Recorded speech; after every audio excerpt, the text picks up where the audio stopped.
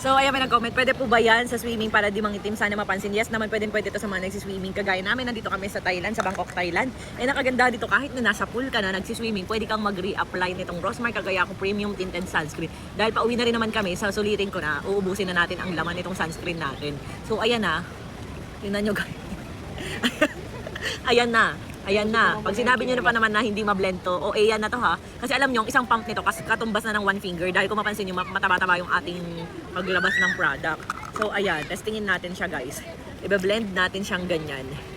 Tingnan nyo guys, so kahit sobrang dami, nabe-blend talaga siya, di ba? Ayan o, wala siyang pamumuo or paglilibag. Kaso nga lang, sobrang OA nga lang sa dami. Ayan, hilamusin na natin guys. Ayan, naghilamos ng sunscreen. Literal na SPF 70 ang protection. Ayan, tingnan nyo naman guys. Oh. Tingnan nyo, oh, sobrang kapal ng nilagay ko pero hindi po siya namumuo. Sobrang dami nga lang.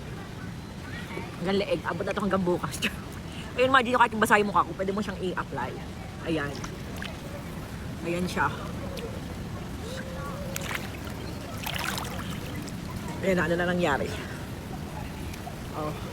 Diba, kahit na lumubog na sa pool, makikita nyo guys na yung mga natirang part sa aking face nandyan pa rin, na parang naging mala foundation finish siya. O ayan, i-check out nyo na agad to guys. Ayan o, kung gusto mo ng ganyan, pag naglalangoy ka na hindi ka makukulas at lalong hindi ka mangingitim. Pero syempre, OA nilagay ko. Konti-konti lang no, kahit natin isang pump. Kasi guys, yung isang pump nga nito, nakita nyo naman, medyo mataba, diba? Isang ano na yan, one finger method na yan guys. Yan o, tingnan nyo, kahit basa, pwede mong i-reapply. Ayun, check out na!